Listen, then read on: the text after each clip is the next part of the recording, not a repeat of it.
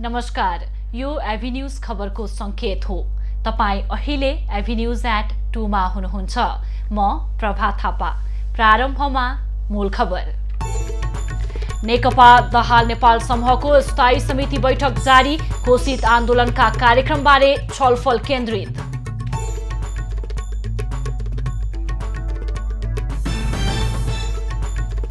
पत्नी सीताको उपचारका लागि नेकपा अध्यक्ष दाहाल भारत प्रस्थान, सीताको मुम्बई स्थित एक अस्पतालमा उपचार हुने।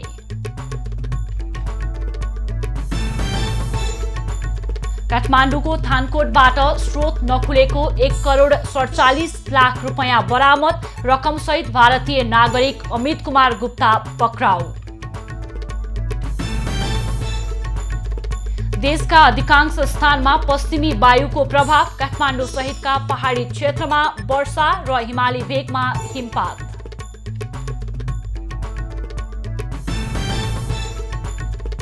र कोरोना खोप निर्यातमा भारतले लगायो प्रतिबन्ध, आफ्ना नागरिकलाई नलगाई अन्य देशलाई नदिइने।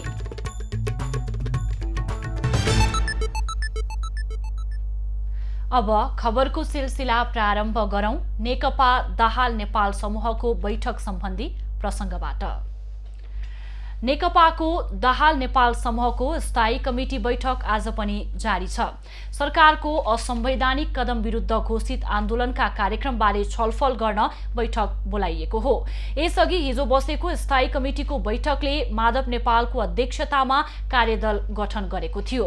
कार्यदललाई पार्टी एकीकरणको बाँकी काम र जिम्मेवारी लगायतका विषय टुंग्याउने जिम्मेवारी दिएको छ।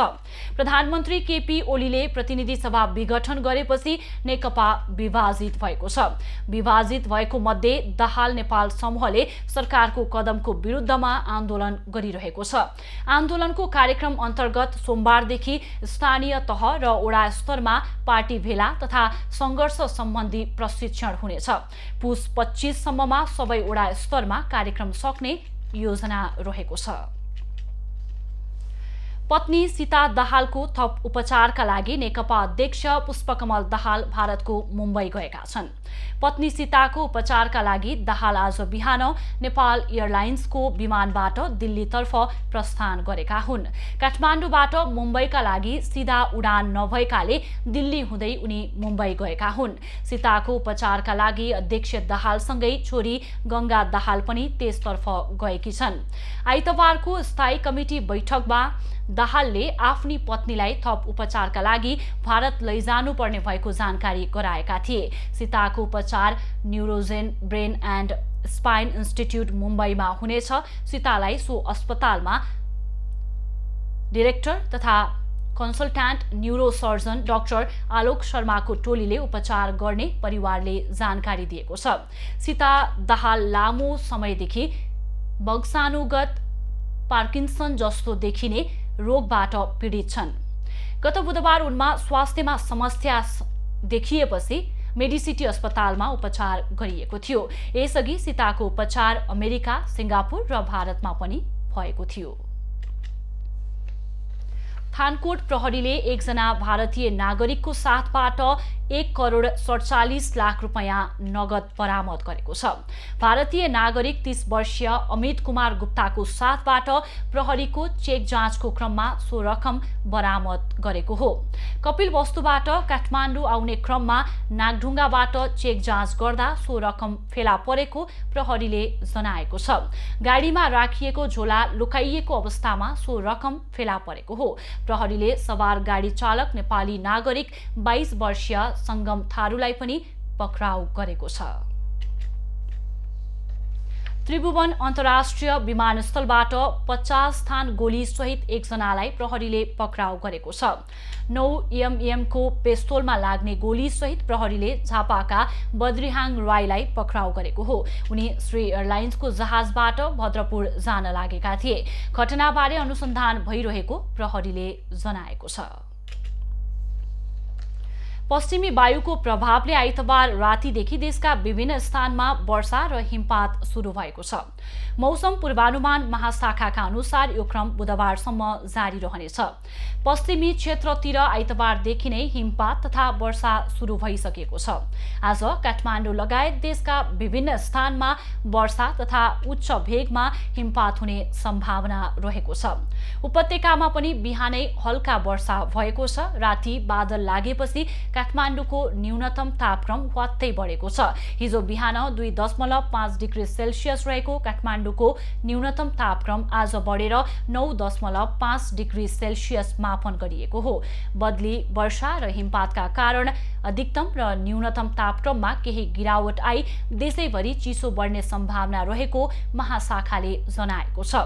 पश्चिमी वायुको प्रभाव हटेपछि तराईका जिल्लामा शीतलहरको सम्भावना रहेको छ।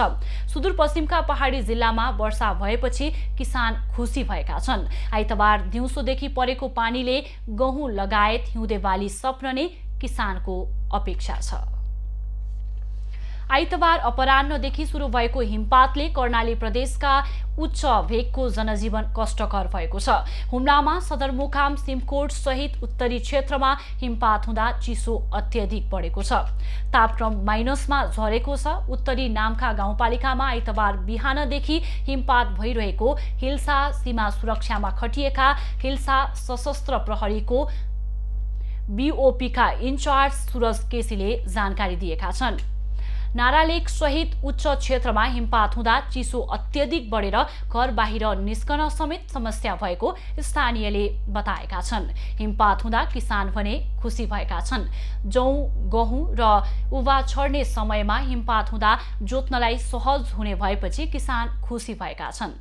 लामो समय पानी नपरेकाले जमिन सुक्खा भएर जोत्न कठिन भएको समयमा हिमपात भएपछि किसानलाई राहत भएको छ। सवारी चालक अनुमति पत्र लाइसेन्सको अनलाइन आवेदनमा समस्या देखिएको छ। गत मंगलबारदेखि फेरि सुरु भएको लाइसेन्सको अनलाइन आवेदनमा समस्या देखिएपछि एक दिनका लागि सेवा बन्द गरिएको छ। 9 महिनापछि लाइसेन्सको आवेदन खुल्ला भएको थियो। विभागले सूचना जारी गर्दै अनलाइन सर्भरको मर्मतका लागि एक दिन बन्द गरिएको उल्लेख गरेको हो। चैतबाट बन्द भएको लाइसेन्स आवेदन गत हप्ता मात्रै खुल्ला भएको थियो। अनलाइन सेवामा अत्यधिक चाप भएपछि सर्भरमा समस्या आएको विभागको भनाइ छ। विभागले आइतबारदेखि बुधबारसम्म बिहान 6 बजेदेखि राति 10 बजेसम्म लाइसेन्सको अनलाइन आवेदन भर्ने व्यवस्था मिलाएको छ।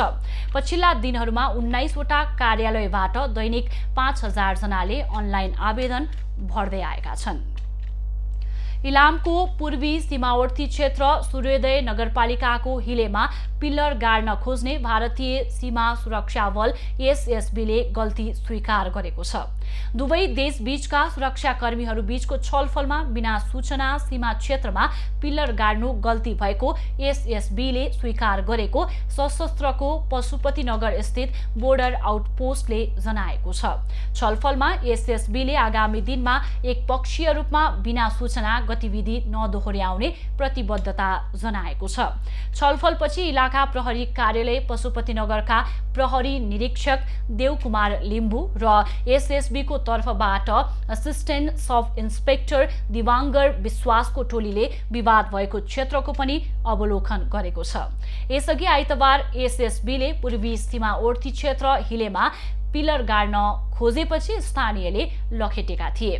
स्थानीय र सशस्त्र प्रहरी सो क्षेत्रमा पुगेपछि एसएसबीले आफूले गाडेको पिल्लर उखालेर पछि हटेको थियो। गत वर्ष पनि हिले क्षेत्रकै नेपाली भूभागमा एसएसबीले नाली खनेपछि विवाद भएको थियो। दार्चुला सदरमुकाम खलङ्गाको सीमा क्षेत्रमा भारतले महाकाली नदी मिचेर जबरजस्ती पक्की तटबन्ध निर्माण थालेको छ। दार्चुला जिल्ला प्रशासनले उक्त निर्माण कार्य रोक्न भारतको दार्चुला पिथौरागढका उपजिल्ला अधिकारीलाई पुस 2 गते पत्राचार गरे पनि व्यवस्था गर्दै निर्माण कार्य निरन्तर जारी राखेको हो। नदीतर्फ ढुङ्गा माटो उखेल्दै डोजरहरू चलिरहँदा नेपाली पक्ष मुखदर्शक भएर बस्नु परेको प्रशासनले प्रशासनले जनाएको छ। निर्माणको बारेमा परराष्ट्र मन्त्रालयलाई जानकारी गराए पनि जवाफ नआएको प्रशासनले जनाएको छ। सीमा नदीमा बिना समन्वय काम गर्न नहुने व्यवस्था रहेको छ। महाकालीको बाढीले 2070 सालमा खलङ्गाका 1 दर्जन सरकारी कार्यालय सहित 156 घर बगाएको थियो। भारतकै धौली गंगा बाँधका कारण 7 वर्ष पहिले ठूलो दन्छनको क्षति बिहोरेका खलङ्गावासी महाकाली मिचेर तटबन्ध निर्माण हुन थालेपछि त्रसित बनेका छन्। अहिले भारतले बाँध बनाइरहेको भूभाग नदीले धार परिवर्तन गरे भन्दा पहिला नेपालकै रहेको स्थानीयले बताएका छन्। भारतले एकलौटी ढंगले महाकालीको जरैदेखि तटबन्ध निर्माण गरेमा दार्चुलावासीको उठीवास हुने स्थिति रहेको स्थानीयको गुनासो छ। नेपाल सरकारले कूटनीतिक पहल गरेर निर्माण कार्य यथाशीघ्र रोक्न लगाउनु पर्ने उनीहरूको माग छ। विक्रम सम्मत 1871 मा इस्ट इन्डिया कम्पनीसँग भएको युद्धमा नेपाल विजय भएको स्थल पर्सागढीमा विजय उत्सव मनाइएको छ। 206 वर्ष अगाडि पुस 19 गते नेपाली फौजले बेलायती सेनालाई हराएको दिन पारेर विजय उत्सव मनाइएको हो। विशेष खबरको साथ इस्ट इन्डिया कम्पनीका सेनालाई नेपाली सेनाले हराएको दिनको सम्झनामा पर्साको पर्सागढीमा विजय उत्सव मनाइएको छ। युद्धमा प्रयोग भएका घरेलु हतियार सहित स्थानीय थारू समुदायले विजय उत्सवमा झाँकी प्रदर्शन गरेका हुन्।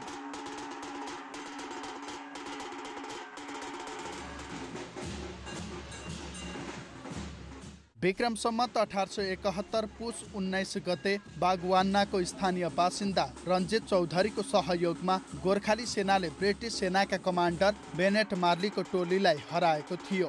सोही ऐतिहासिक महत्त्वलाई जगेर्ना गर्न विजय उत्सवको रूपमा मनाउन थालिएको हो। सदरमुकाम वीरगञ्जबाट करिब 18 किलोमिटर उत्तर पश्चिममा रहेको यो गढीको नामबाट पर्सा जिल्लाकै नामाकरण भएको छ। तर गढी संरक्षण र प्रचार प्रसारमा सरकारवालाले खासै चासो नदिएको गढी संरक्षण समितिको भनाइ छ। तर यसमा पनि कस्तो छ, दलगत सोचभन्दा स्थानीय प्रतिनिधिहरू माथि उठ्न सकेको छैन। तात्कालीन समयमा बागवान्नाको रञ्जित चौधरीको अगुवाईमा नेपाली सेनाले युद्ध जितेको थियो। तात्कालीन समयमा पर्सागढी, हरपुर, जिग्ना, पचरुखी, बागेश्वरी, तित्रौना र बागवान्नाका बासिन्दाले अन्न हतियार सङ्कलन गरी रणनीतिक रूपमा बेलायती सेनालाई हराएको स्थानीयको भनाइ छ। अङ्ग्रेजका विशाल सेनालाई लखेटेर ब्रिटिस भारततिर पठायो, त्यसको बापत उहाँले दुईटा मौजाको रमौली र लोहियाट र बसबिलमा दुईटा मौजाको बिर्ता पुग्यो। अनि त्यसपछि ऐतिहासिक रूपले यो पर्सागढी राष्ट्रिय स्तरमा पनि स्थापित भएकै हो। देशलाई नै जोगाउने विजयी स्थलको रूपमा रहेको गढी संरक्षणको लागि विगतका सरकारहरूले विभिन्न घोषणा गरे पनि त्यो अनुसार काम भएको छैन। गढी संरक्षणको जिम्मा सेनालाई दिएपछि भने केही वर्षदेखि विभिन्न गतिविधि हुँदै आएका छन्। पर्सागढी नगरपालिकाले पनि बजेट विनियोजन गरेको छ।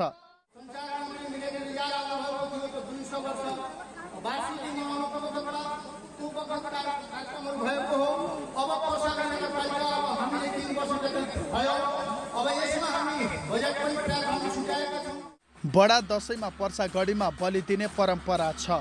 यहाँ नवमीका दिन मेला लाग्ने गरेको छ। युद्धस्थलमा रञ्जित चौधरीको कुलदेवता बनहर बाबाको मन्दिर र विजय स्तम्भ छ। स्थानीय थारू परिवारले मन्दिर मर्मत तथा गेट निर्माण गरेका छन्। स्थानीय बासिन्दा बदलिदो राजनीतिक परिवेशमा अन्तर्राष्ट्रिय युद्धका विजय योद्धाको गाथालाई इतिहासका पन्नामा सीमित पार्दै पर्सागढीको महत्त्वलाई बेवास्ता गरिएको गुनासो गर्छन्।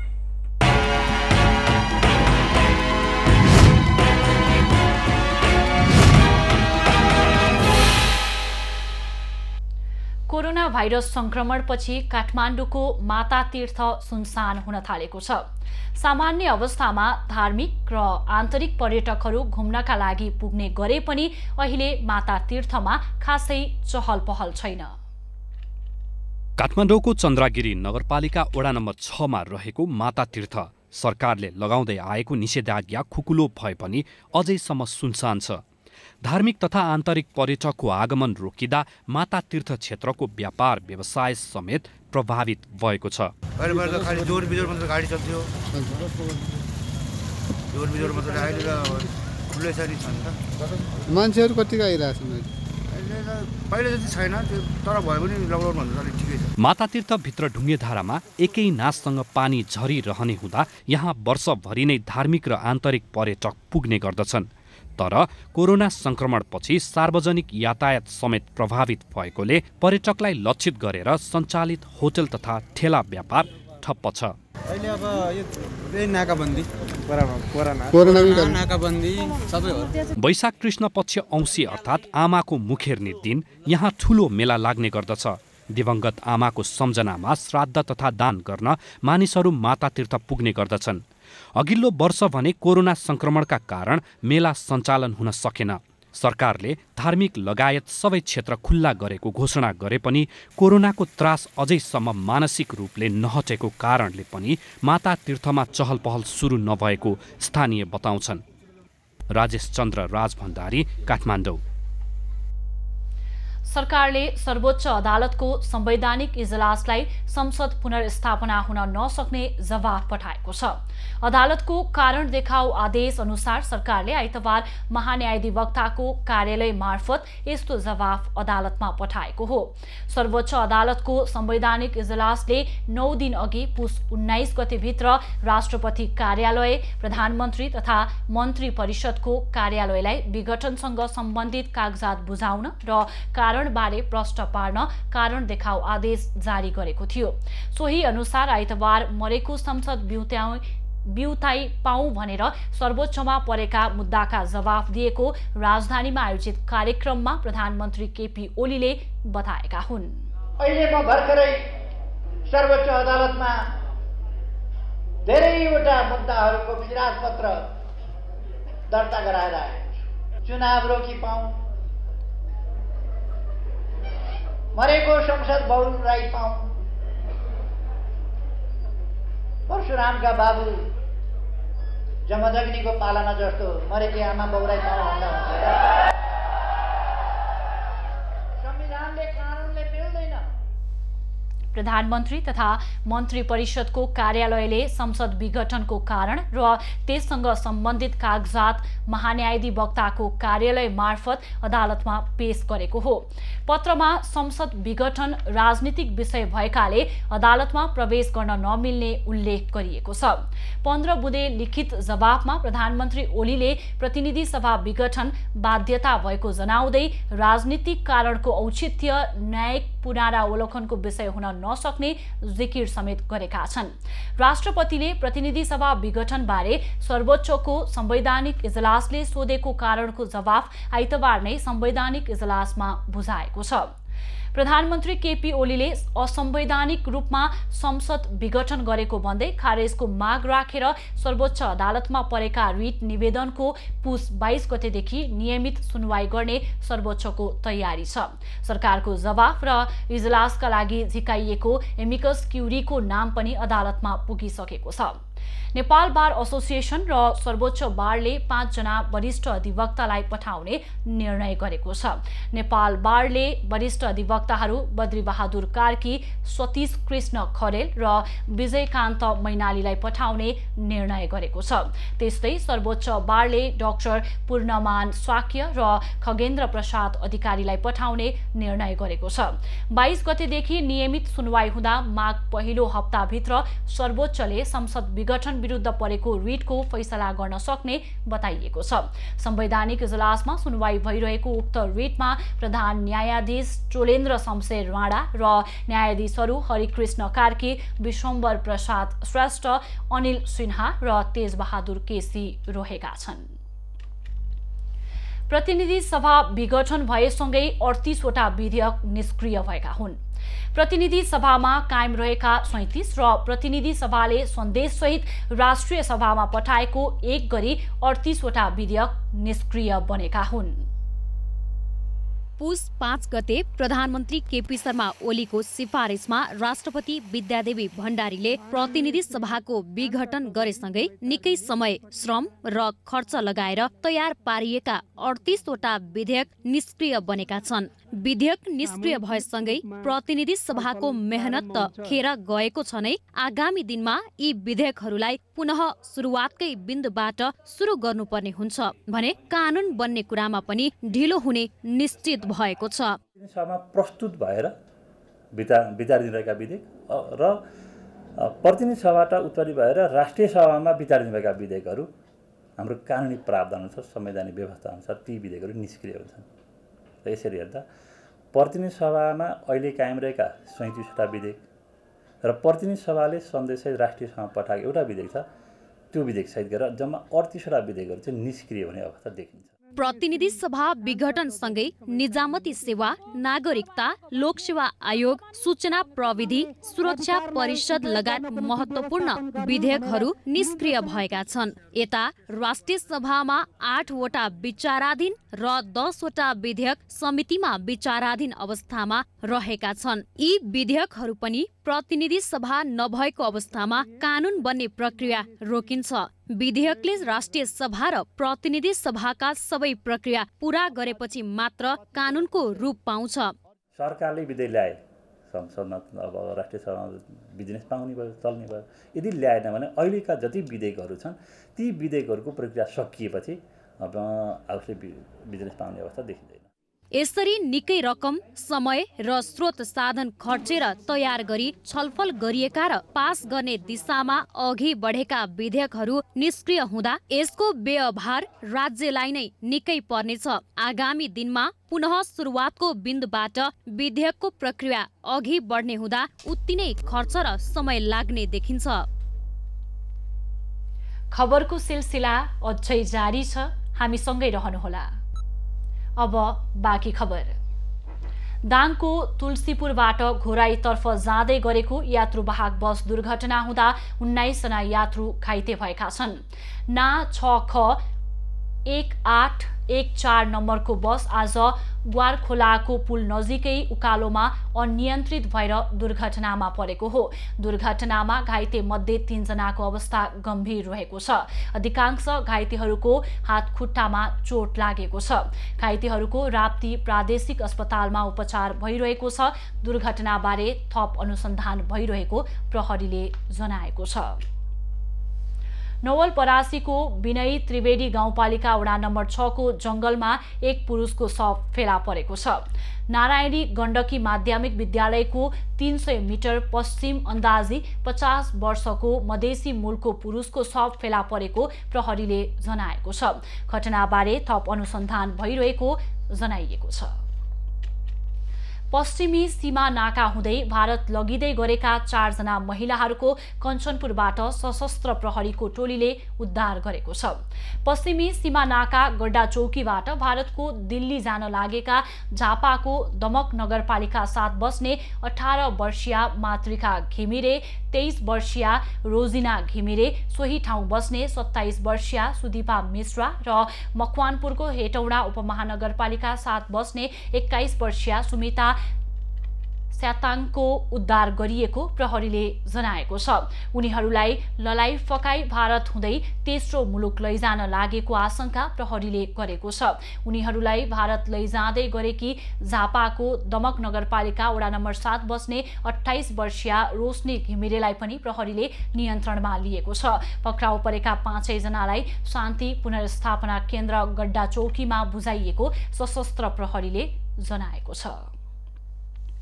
यसैबीच कञ्चनपुरको बेदकोट नगरपालिका वडा नम्बर 7 सुडा स्थित पूर्व पश्चिम राजमार्गमा बेवारिसी अवस्थामा रहेका 54 लाख भन्दा बढी मूल्य बराबरका मोटरसाइकल मोबाइल सेट सशस्त्र प्रहरीले बरामद गरेको छ।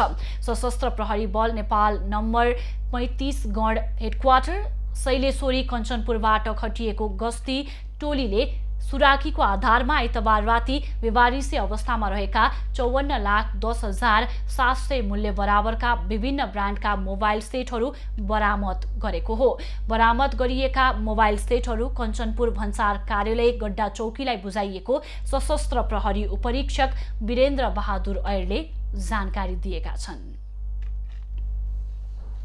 थकाली खाना नेपाली परम्परागत खाना मध्ये प्रचलित एक हो। यो आजभोलि सामान्य रेस्टुरेन्टदेखि ठुल्ठुला होटेलको मेन्युमा समावेश हुने गरेको छ। तर पछिल्लो समय थकालीको स्वादभन्दा ब्रान्ड बेच्ने होड बढ्दै गएको छ। स्पेशल थकाली खाना बेच्नकै लागि भनेर झापा जिल्लामा पनि होटेल खुल्ने क्रम बढेको छ। थकाली खाना नेपाली परम्परागत खानामध्ये प्रचलित एक हो। वास्तवमा थकाली खाना मुस्ताङका थकाली जातिको परम्परागत खाना हो। अचेल झापा सहित देशका विभिन्न सहर बजारमा रहेका ससाना होटेलदेखि तारे रिसोर्टसम्म थकाली खाना अनिवार्य जस्तै बनेको छ। तर त्यो सामान्यता दाल, भात, तरकारी र माछा मासुमै सीमित हुन थालेको छ। पछिल्लो समय थकालीको स्वादभन्दा ब्रान्ड बेच्ने होड बढ्दै गएको छ। स्पेशल थकाली खाना बेच्नकै लागि भनेर झापा जिल्लामा पनि होटल खुल्ने क्रम बढ्दै गएको छ। केही दिन अघि मात्रै झापाकै बिर्तामोडमा रहेको सिटी सेन्टरमा पनि थकाली किचन स्थापना भएको छ। त्यो उहाँले जुन किसिमको प्रेजेन्टेसन गर्नुभएको छ खानामा, जस्तो एउटा काँचको थालमा भात त्यही हो, तपाईँले राइस तपाईँले साधारण मसरुम चावल खानुहुन्छ त्यहाँ बासमती चावल आउँछ होला, चटनी तपाईँले खाने त्यही हो, एउटा टमाटर चटनी हुन्छ, एउटा मुलाको चटनी हुन्छ, एउटा मिक्स चटनी हुन्छ, एउटा तपाईँको गुन्द्रुकको चटनी हुन्छ। यो चटनी हामी सबैले दिनौँ खाने कुरा हो, यो चाहिँ प्रेजेन्टेसन गरिरहेको हुन्छ। मुस्ताङका अन्न बाली अनि त्यहीँका रैथाने थकालीको हात र सिपले बनेको खाना हो थकाली खाना। फलामको भाँडामा घोटेर बनाइने दाल, टिमुर राखेको अचार, जिम्बुले झानेको दाल अनि घिउ हालेको खाना थकाली खानाको विशेषता हुन्। केही वर्ष अघिसम्म थकाली जातिले नै यसको व्यवसाय गरेको पाइन्छ। तर अहिले थकाली खाना ब्रान्ड बेच्न देशसहित जिल्लाका विभिन्न स्थानमा होटल खोल्ने बढेका छन्। दमकको सिनेरीमा मैले जुन किसिमको थकाली किचनको रेस्पोन्स राम्रो पाएँ, बिर्तामा पनि यहाँ 2-3 थकाली किचन छन्, त्यो पनि मैले चाहिँ यहाँ चाहिँ मार्केट छ भनेर हिसाबले यहाँको पनि जनताहरूलाई, यहाँको पनि हिँड्ने मेन कुरा चाहिँ यो बाटोमा हिँड्ने जुन यात्री हुन्छ उहाँहरूलाई चाहिँ मैले फोकस गरेर यो थकाली किचन चाहिँ बिर्तामा खोलेँ। पछिल्लो समय थकाली खाना ब्यानरमा घेरिँदै गएको छ। लेकाली क्षेत्रमा फल्ने फापर, टिमुर, लसुन र घिउको प्रयोगले खानामा मौलिक थकालीपन भरिदिन्छ। तर अहिले थकाली खानामा बजारमा विभिन्न प्रकारका मिसावट चामल र मरमसला मिसिन थालेको छ। थकाली खाना ब्रान्डलाई बेच्नका लागि भनेर झापामा पनि दर्जन बढी होटलहरू खोलिएको होटल व्यवसायी सङ्घ झापाले जनाएको छ। होटल बढ्ने के अरे खोल्ने क्रम बढेको पनि हो। यो हाम्रो बिर्तामोड जस्तो एउटा चाहिँ सुन्दर व्यावसायिक अब बढ्दै गएको पर्यटकीय हिसाबले हेर्दा यहाँ गुणस्तरीय खाजा नास्ताको चाहिँ भरपुर स्वाद दिलाउनको लागि पनि यो खोल्ने क्रम बढेको छ। थकाली खाना सबैले रुचाएका पनि छन्। त्यसमाथि थकालीको स्वादभन्दा ब्रान्ड बेच्ने होड बढ्दो छ। थकाली खानालाई ब्रान्ड बनाएर व्यापार व्यवसाय खोल्न भन्दा पनि त्यसको मौलिक स्वादमा पनि ध्यान दिन जरुरी देखिन्छ। झापाबाट सन्तोष नेउपानेको रिपोर्ट। भोजपुरका एभिन्यूज कर्मी सहित 3 जना पत्रकार सम्मानित भएका छन्। आइतबार सम्पन्न नेपाल पत्रकार महासंघ जिल्ला शाखा भोजपुरको 7औं साधारण सभा मार्फत एभिन्यूज कर्मी युवराज विष्ट, प्रदीप चन्द्र राई र अर्जुन बस्नेत सम्मानित भएका हुन्। त्यस्तै कार्यक्रममा जिल्लामा लामो समयदेखि पत्रकारिता क्षेत्रमा पुर्याएको योगदानको कदर गर्दै श्रीकृष्ण बोगटीलाई कदर पत्रले सम्मान गरिएको छ। विष्टलाई लोकनाथ दाहाल स्मृति खोज पत्रकारिता पुरस्कार, राईलाई तिलक बहादुर मनमाया राई पर्यटन पत्रकारिता पुरस्कार र बस्नेतलाई मनमाया राई पर्यटन पत्रकारिता पुरस्कारद्वारा सम्मानित गरिएको नेपाल पत्रकार महासंघ जिल्ला शाखा भोजपुरका अध्यक्ष श्यामकृष्ण दाहालले जानकारी दिएका छन्। तीनैजनालाई जिल्लामा रहेर पत्रकारिता क्षेत्रमा पुर्याएको योगदानको आधारमा पुरस्कृत गरिएको महासंघले जनाएको छ। पर्वतको जलजला गाउँपालिकाले पञ्चवर्षीय योजना तर्जुमामा सुरु गरेको छ। टुक्रे योजनालाई गाउँपालिकाको केन्द्रसम्म जोड्दै विकासको अनुभूति नागरिकसम्म गराउने उद्देश्यले योजना तर्जुमा गर्न थालिएको हो। कार्यक्रममा सहभागीहरूले परिणाममुखी कामका लागि योजनाबद्ध विकासको आवश्यकता औल्याएका छन्। त्यहाँ हुने कुराहरू, त्यहाँका साधन स्रोतहरू सबैलाई हामीले मध्यनजर राखेर सबै तहमा सबै तहमा स्वास्थ्य, शिक्षा, कृषि, हैन, भेटनेरी, आय आर्जन, उद्योग, कल कारखाना हामीले के गर्न सकिन्छ? यहाँबाट हामीले यो स्थानीय सरकार भनेको वास्तवमा अहिले संविधानले दिएको जुन अधिकारहरूलाई हेर्दै जाने हो भने हामी स्वायत्त पनि हुन सक्छौँ। भोलि अर्को गाउँपालिका निर्माण हुँदै गर्दाखेरि पनि हामी यहीँको चाहिँ जुन स्थानीय स्रोत साधन हाम्रो आम्दानीका स्रोतहरू छन् यसैलाई वस्तुनिष्ठ रियलिस्टिक भएर हामीले आकलन गर्ने र युभेको समग्र विकासका लागि के कुरा प्राथमिकता पर्छन् ताकि भोलि आउने नेतृत्वले पनि त्यसैलाई नै चाहिँ आवश्यकता देख्ने गरी यो आवधिक योजना तर्जुमा गर्यो भने यो अहिले गर्दाखेरि केही फरक पर्दैन। भोलि आउने जनपदले पनि यसलाई नै नेतृत्व दिनुपर्ने हुन्छ। पञ्चवर्षीय योजनाले आगामी स्थानीय सरकारका लागि पनि विकासका काम अघि बढाउन मार्ग प्रशस्त गर्नेछ। योजना बिनाको विकास र समृद्धिको लक्ष्य हासिल गर्न नसकिने भएकाले गाउँपालिकाले आवधिक योजना तर्जुमा गर्न लागेको हो। योजना तर्जुमा गर्दा गाउँपालिकाका 9वटै वडा तहमा पुगेर स्थानीयको आवश्यकता, स्थानीय उत्पादन र प्राकृतिक स्रोतको उपयोग लगायतका विषय समेटिने बताइएको छ। कोभिडका कारण बन्द भएका विद्यालयहरू खुल्ने भएका छन्। आइतबार बसेको कोभिड रोकथाम सम्बन्धी बनेको उच्च स्तरीय निर्देशक समिति CCMC निर्देशक समितिको बैठकले आवश्यक परेमा विद्यालय, चलचित्र घर, जिमखाना लगायतलाई बन्द गर्न सक्ने अधिकार जिल्ला कोभिड संकट व्यवस्थापन केन्द्रलाई दिएर हाललाई खुला गर्ने निर्णय गरेको हो। रोक लगाइएका सबै क्षेत्रहरूमा वर्तमान स्थितिको विश्लेषण गरी रोक लगाउन सक्ने गरी अधिकार जिल्ला कोभिड संकट व्यवस्थापन केन्द्रलाई दिएर हाललाई खुला गर्ने प्रस्ताव बैठकले मन्त्री परिषदमा पठाएको हो। यस्तै कोभिडको संक्रमण कम भएको, बजारमा भिडभाड बढेको र आवागमन बढेको अवस्थामा नयाँ कोरोना भाइरसको संक्रमणको प्रवेश भएमा बढ्न सक्ने जोखिमको पनि बैठकमा समीक्षा भएको छ। दोस्रो लहर आउन सक्ने अवस्थालाई ध्यान दिएर स्वास्थ्य सुरक्षा मापदण्डको पालना भए नभएको सम्बन्धमा नियमित अनुगमन गर्ने र लापरवाही गर्नेलाई कारबाही गर्ने निर्णय पनि बैठकले गरेको छ।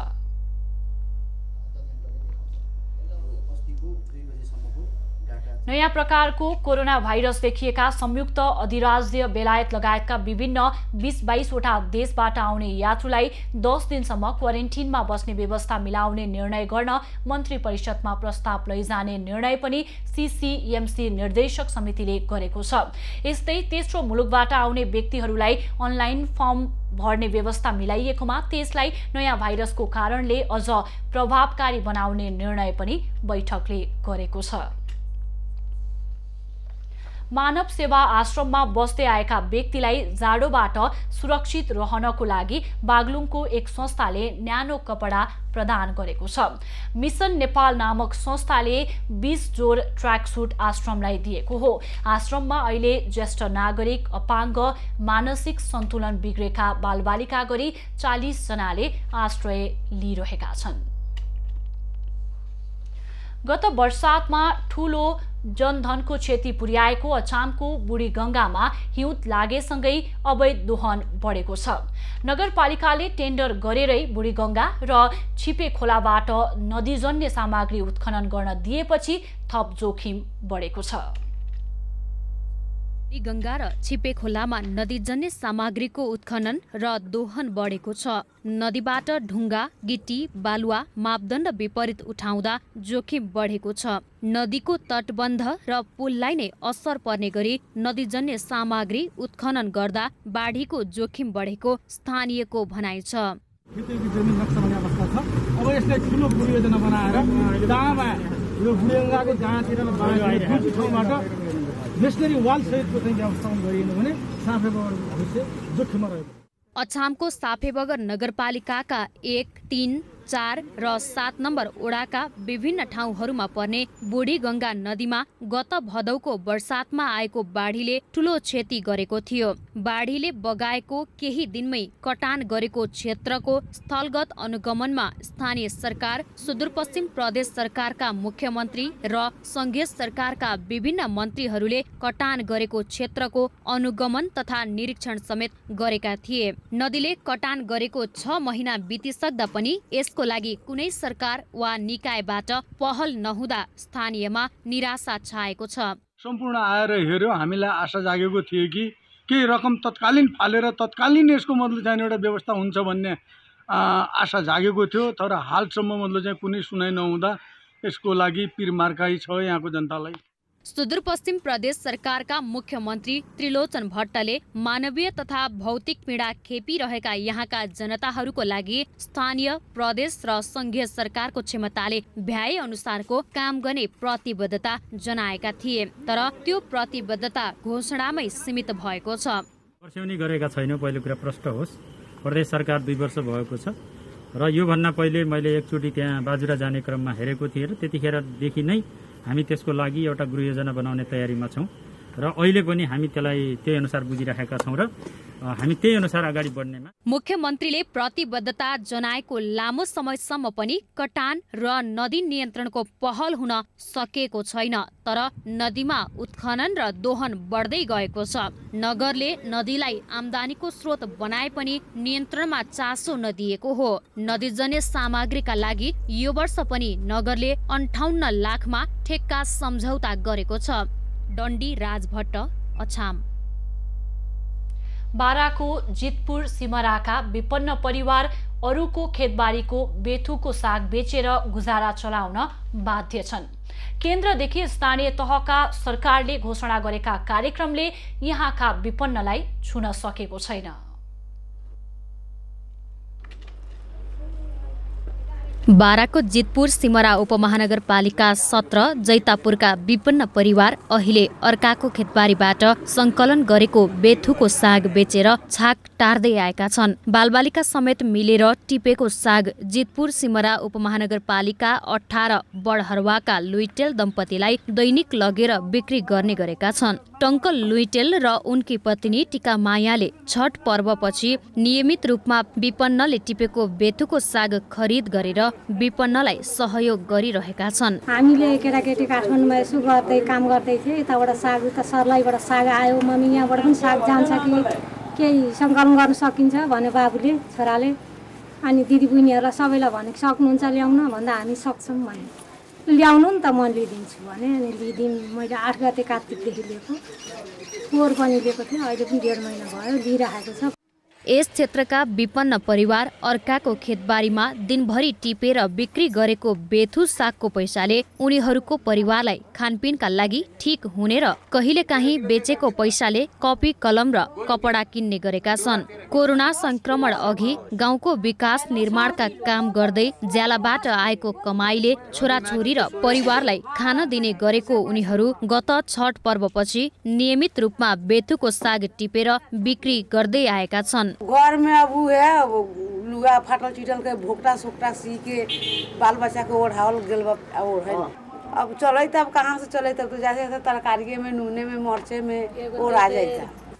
सुरुमा 45 रुपैयाँसम्म प्रति केजी बिक्री गरेकोमा अहिले मुस्किलले 13 रुपैयाँ पाउने गरेको उनीहरूको भनाइ छ। आफ्नो खेतबारी नभएकै कारण अर्काको बारीमा हुर्केको बेथु टिप्दा कति खेत धनीको दुर्व्यवहार सहनु पर्ने उनीहरूको गुनासो छ। जैतापुरका विपन्न परिवारहरूको ऐलानी जमिनमा बनेको फुसको घर बाहेक केही छैन। पछिल्लो समय हातमुख जोड्न गाह्रो भएकै बेलामा बेथुको साग बिक्री गर्न पाउँदा बाँच्ने आधार बनेको छ। अपना ना बताए दूसरा खेत में से ना ले आई, अपना रही तब ना अपना में से ले आई। दिन में कई किलो ले? 15 किलो 16 किलो। उसे घर चल जाए? कथी करल जाए तो वही में चलावे के बाद। विपन्न दलित समुदायका महिलाले संकलन गरेको बेथु साग किनिदिएर उनीहरूको बाँच्ने आधार बनाइरहेका लुइटेलका दम्पतिले साग बिक्रीका लागि काठमाडौँ पठाउने गरेका छन्। काठमाडौँ शान्तिनगरमा उनका छोरा सन्तोषले साग बेचेर पैसा गाउँ पठाइदिने गरेका छन्। दैनिक 50 जना महिलाले लुइटेल दम्पतिलाई साग बेच्दै आएका छन्। 12बाट दैनिक 400 केजीसम्म बेथुको साग काठमाडौँ आउने गरेको छ। इन्दीप कोइराला। खबरको सिलसिला अझै जारी छ, हामीसँगै रहनुहोला।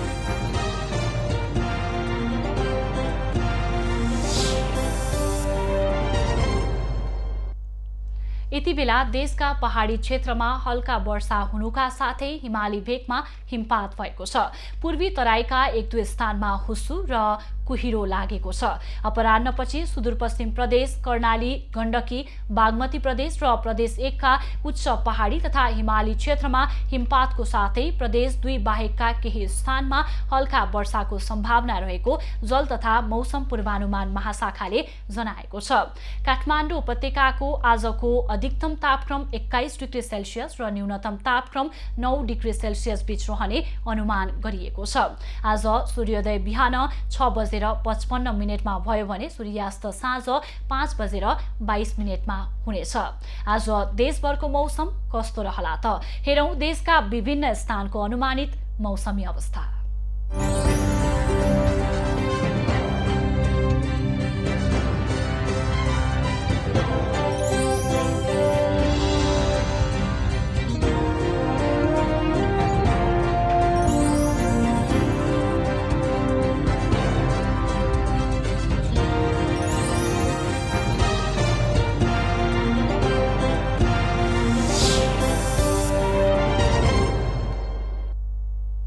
अहिलेलाई खबरको क्रम यति नै।